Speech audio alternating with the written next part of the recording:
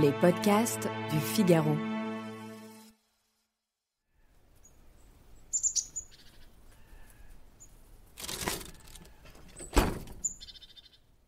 L'atelier était plein de l'odeur puissante des roses, et quand une légère brise d'été souffla parmi les arbres du jardin, il vint par la porte ouverte, la senteur lourde des lilas et le parfum plus subtil des églantiers.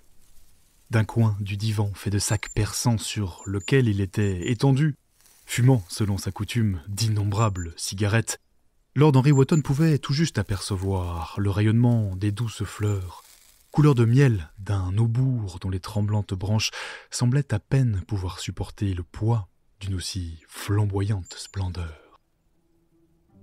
Bonjour et bienvenue dans ce podcast littéraire, Le Moment des livres.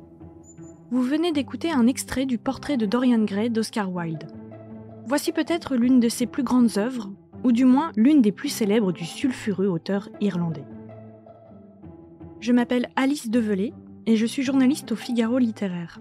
Je vous donne 3 raisons de relire Le Portrait de Dorian Gray, cette œuvre décadente publiée en 1890.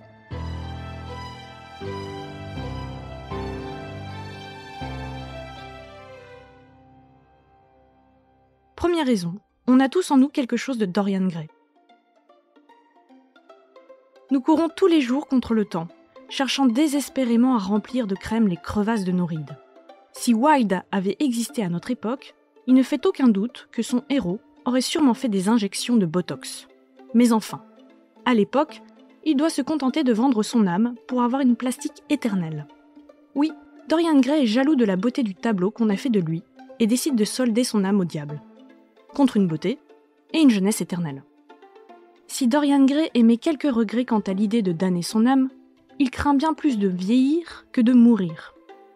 L'ennui, c'est qu'en rompant avec toute temporalité, Dorian Gray renonce à son humanité. Lord Henry, son ami et précepteur, avait pourtant trouvé un remède aux pas de doigt. Voici ce qu'il disait. « Pour redevenir jeune, on n'a guère qu'à recommencer ses folies. »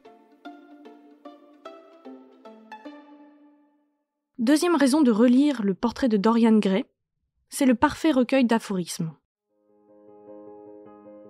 Les livres que le monde appelle immoraux sont ceux qui lui montrent sa propre ignominie. Ça, c'est ce qu'explique Lord Henry à Dorian Gray.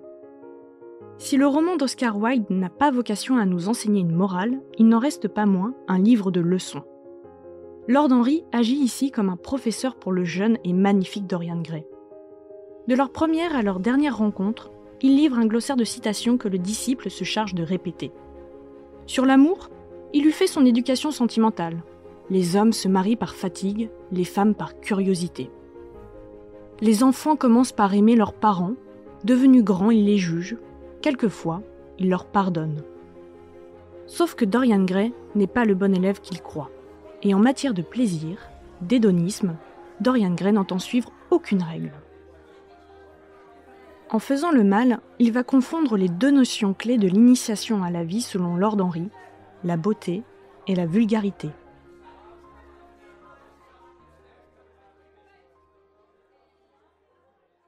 Troisième raison de relire Le Portrait de Dorian Gray, la vie est un art. Dans la préface du Portrait de Dorian Gray, Dominique Fernandez parle de ce livre comme d'un musée. Wilde se promène au milieu d'objets d'agrément plutôt que d'êtres humains. On ne peut nier l'évidence. Le monde est un tableau, une nature morte même. Est-ce pour cela que Wilde saisit si bien le détail de ce qui l'environne ? Il recueille sous sa plume la couleur d'un temps, une époque victorienne que Dorian Gray va autant honnir que décrire. Ainsi, l'art devient-il un refuge contre le monde et le dandysme le remède de l'esthète.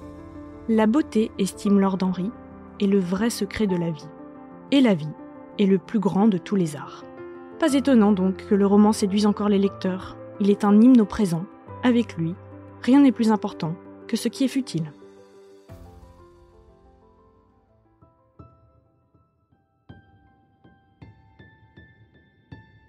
Merci d'avoir écouté ce podcast. Vous pouvez le retrouver sur lefigaro.fr et toutes les plateformes d'écoute.